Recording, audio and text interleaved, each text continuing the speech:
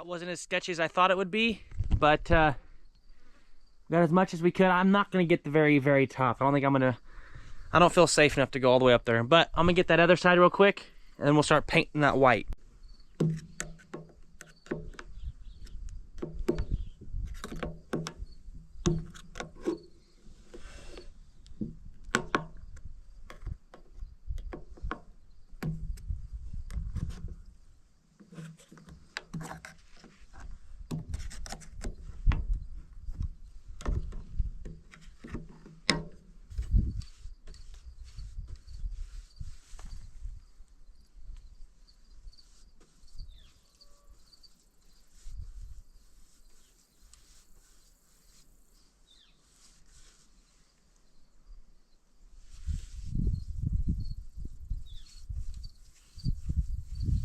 The white looks good. I just painted the actual red right there. I still gotta touch up on the top. I'll put this over there after this, but I'm gonna first put that piece of plywood right there so I don't splash it on this red, and go around the door frame.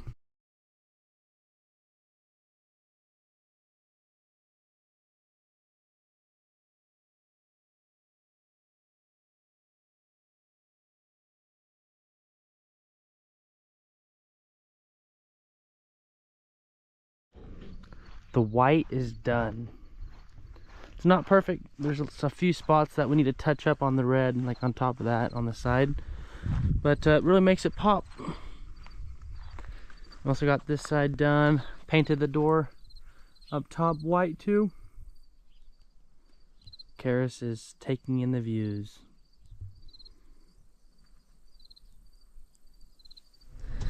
I don't usually wear my collar popped like I just had it in the last video. I think I had it popped like that. I forgot about it because when I was painting up on the top, that sun was beating my neck, so I just flipped it up and it worked good. But anyways, call that project done for now. I had a mishap this morning, so a lot of you guys know I work a morning job for the insurance. It's at UPS actually. Get free insurance for the whole family. It's from about 4.5 hours every morning, early in the morning. Just loading the trucks and whatnot. I got home from work this morning. Will and I started painting, and the water district guy for our area stopped in and said, "Hey, do you rent that pasture?" He said the lady's name. I said, "Yeah, I do." He said, "Well, we got notification that it's pumping out 500 gallons an hour. You might have a water leak out there." And my heart was like, oh gosh, I do not need that right now. So Will and I hopped in the truck and ran out there, and sure enough, no water line was actually broken, thank goodness, but the cows had broke off the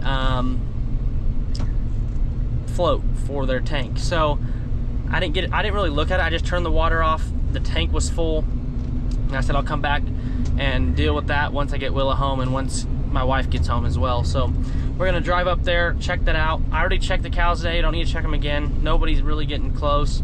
They're due to start calving though in 4 days, so we should have some babies coming up here probably any time now. If they're close to water, we'll go look at them, but if they're not, we'll let them be. So let's go check out that tank and that float. All right, y'all, so I just got to the pasture here, and I seen a black cow out here laying all by herself. She's standing up, sitting down, standing up, getting down. Been watching her for a little bit. I'm gonna pull up here and see if she's having any issues. I'm hoping not. Like I said, this morning when I looked, I didn't see anybody. So give her a peek real quick. We're gonna drive as close to her as we can, but try not to mess with her. Well, number 98.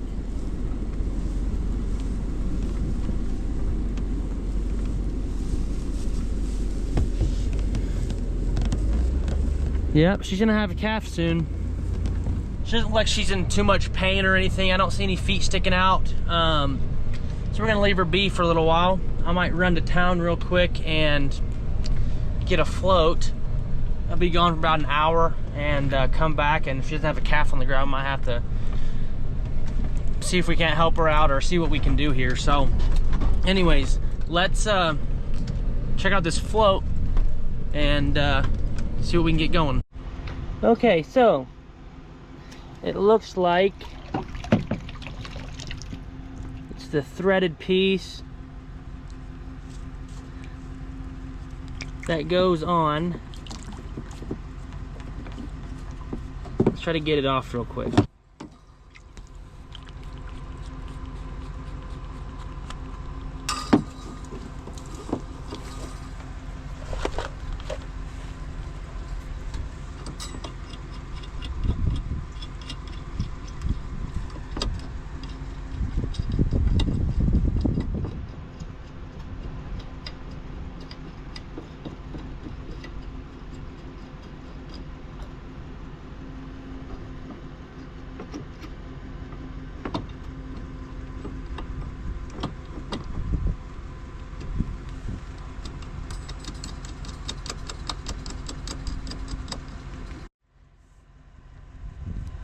Okay, so the issue was this piece right here. That plastic must have broken off and the cow hit it or something. So all I need to do is find that same piece, re-thread it, connect it back, and be back in business. I think my local co-op here in Ellis might actually have something I'm looking for, so which will probably honestly work better, just in case that cow is having problems, so I can get that wheel corral over here and try to get her caught. But you know, this is probably her third or fourth calf, so she should be seasoned. Let's head to the co-op, get that part, and get back here and try to get her fixed. Just got back to the pasture. I found, I think, a piece that's gonna work. It's not exactly what it was, so we'll try to throw that together. But first thing I want to do is that cow still over there, kind of in that same spot. Looks like she has her head down, maybe licking something, so maybe she had her calf. So that's what we're gonna do first, go check on her, make sure everything went smooth. And if it's there, we might try to put a tag in it here just to do it right away, depending if she has it licked off and whatnot. All right, y'all, there is a calf. All right, y'all, she had a calf. A little smoky. She must have just had him. Real nice low birth weight calf. We'll let her finish licking him off, or her, I don't know what it is yet, but good. I'm glad she had it. This would have been a calf from that 18-month-old bull we bought that we bred everything else to. So it's good to see that he is a low birth weight. Well, at least we think he is. I mean, that looked like a pretty small calf to me. So let's go put this hose on, and then we'll go back and get that calf tagged. All right, y'all, so what I'm gonna do first is thread this side that's gonna go into my float. I'm gonna get some of this little plumber's tape, is what people call it, just because it's not very thick, if that makes sense.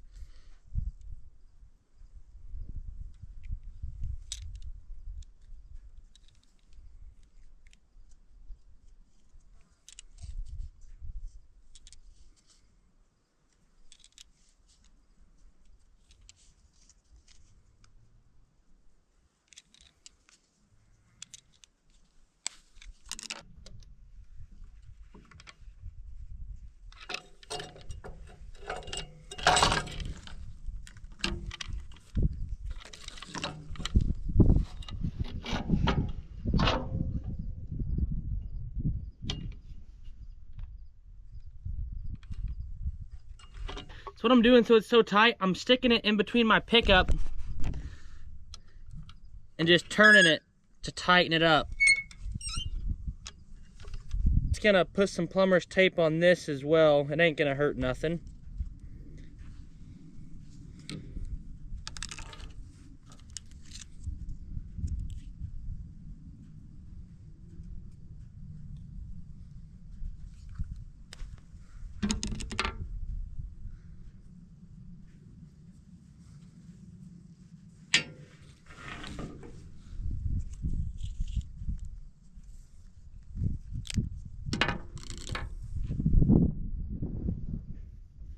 Never hurts to have too much.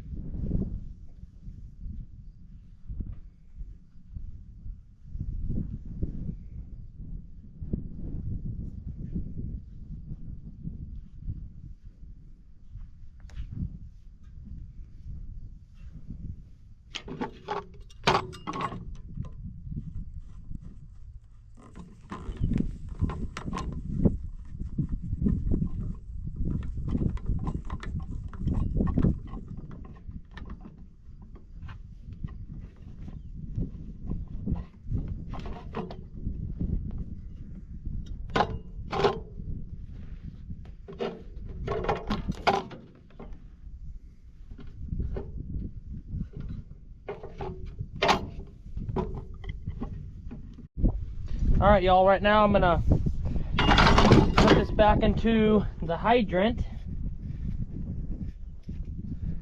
If this does not work, I am gonna be shocked. Absolutely shocked. Okay. Moment of truth. That's what I'm talking about. Well, actually,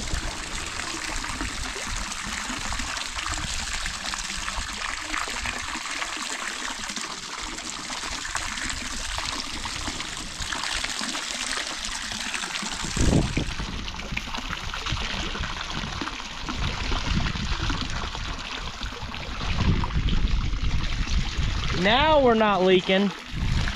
Needed a little bit more stretch to it.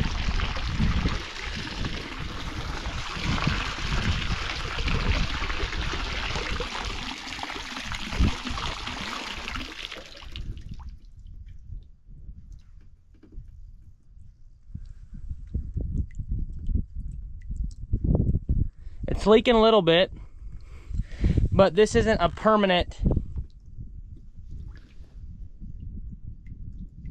setup, if that makes sense.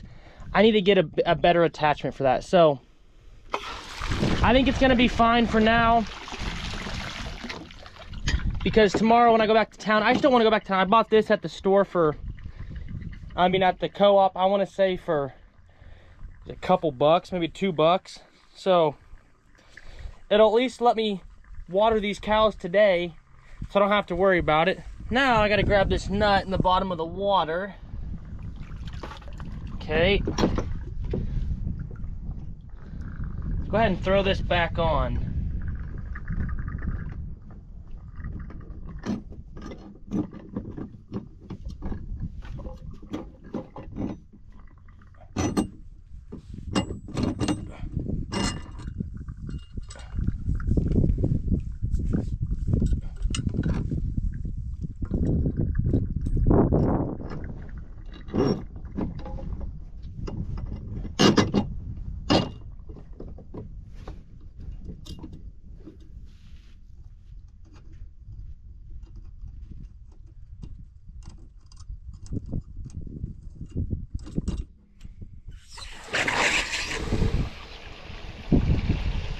You know what? Now it's actually not even leaking on top.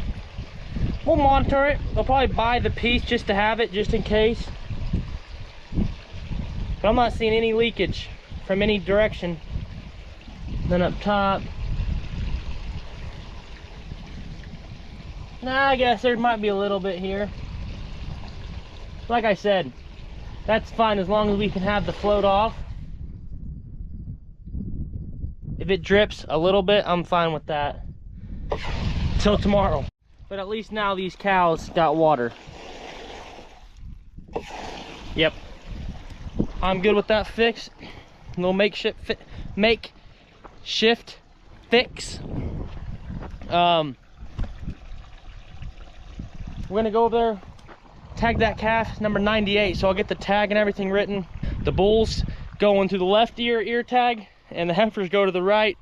We do that so that we can, even like when we're working them, when we're dragging them to cut and vaccinate in December, it's easier to see who's who and who's what.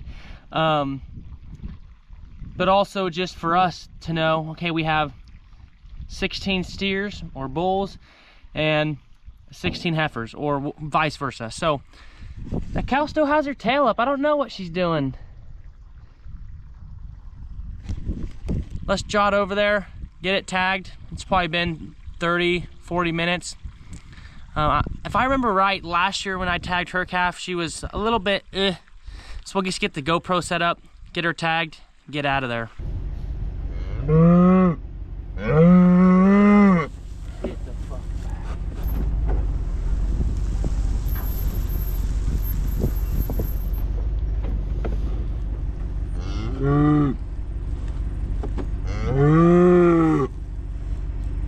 Get back.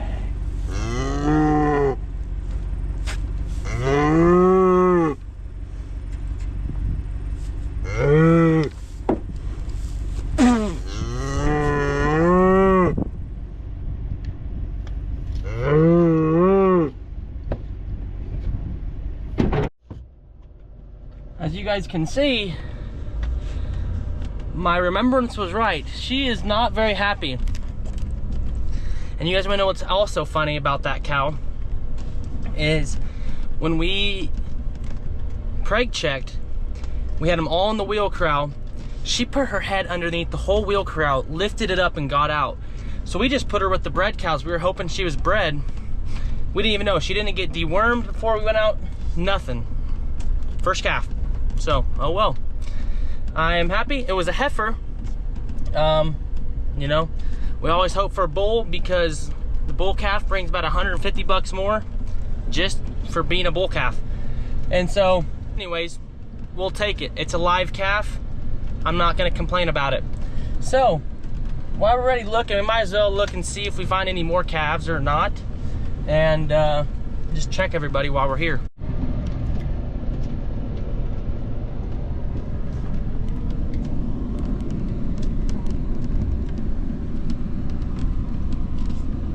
I didn't see anything, but I also told you guys before that I didn't think we were gonna have anything, and we did. So who knows? I'll probably bring Willa and my wife and Prairie out here this evening, try to find that calf. It's a pretty cute little thing, and just to look at it, and then check the herd again, see what comes about anybody else. But I was looking back at my notes, and we turned that 18-month bull out December 20th. You know, so if you go 283 days, it would be September 28th would be our calving day, would be the due date, so to speak, if he bred on the first day. And so this one's a little early, 5 days early, which is fine. I mean, I'd rather them come alive and a little smaller than super late and too big where they might tear the mom up or might need to help them have the calf. So perfect little heifer calf. I'm excited about it. We need to go to the house and get our calf notebook so I can keep track of dates, who had what, and then also, you know, when we go to culling next year, we know, okay, let's say 76 for example, calved really late, she's probably not going to get bred back, might be a cow we want to get rid of, and so that calf notebook really just helps keep records. And then it also goes back to show, okay, in a drought, so to speak, let's say we have to get rid of 10 cows. Let me go look back at the sheet. The last 4 years, number 91 and number 49 have had 4 bull calves in a row. They've weaned off really big calves. I also write in there if they've had a big calf or a small calf. I might not want to get rid of those ones, but say number 11 and 12 have all had heifers every year. Their calves have been kind of below average size-wise. Those might be ones we want to cull out of the herd. So it's just kind of nice to have records of what is going on, and it's just kind of cool to also keep track of kind of the lineage almost of these cows and calves, and kind of if we decide to keep a calf back, say as a replacement heifer, say that this heifer that we just had, say she turned out to be a stud heifer and we want to keep her back. Okay, she was born this date, so you know, if she's gaining so much a day, we know, okay, she might breed up early if we were to breed her back next spring, say when she's 900 pounds or 850 pounds. And so it's just important to keep record. I think some people don't. I mean, it's a personal preference thing. I just like being able to keep track. And I'm also weird that, like, when I'm sitting at home and after we put the girls to bed, I just look over my cow notes. Dude, I freaking love it. Love it. But anyways, before we go home, I want to check the spring cows. I didn't get a chance to look at them today. We'll go ahead and take a look at them and kind of see what they're looking like. Those are all my neighbor's red cows. I don't think she's pregnant, that black one there. Same with these girls. I'm not seeing anything that indicates to me that they're pregnant as well. They, so if you guys remember, all these cows were open in the fall that were part of those fall cows. We had some breeding problems. And anyways, I talked about that a couple of videos back. So let's keep looking at some of these cows. There was a couple in here that my uncle didn't know if they were pregnant or not. So I just want to take a look and see if anything's back in. There's 2 calves out of a black bull I rented from my good buddy back in Scott City. It's my home-raised heifer. She's a 4-year-old now, but and here's that Hereford cow's calf. Really good bull on them. They look good. Big old steer Hereford right there. That old boy was blind in both eyes. I put that old boy was blind in both eyes. I put 2 blue gene patches over both of his eyes so he couldn't see completely for probably a month. I ain't saying he's completely healed, but he can at least see now and get around. But yeah, he's big old boy.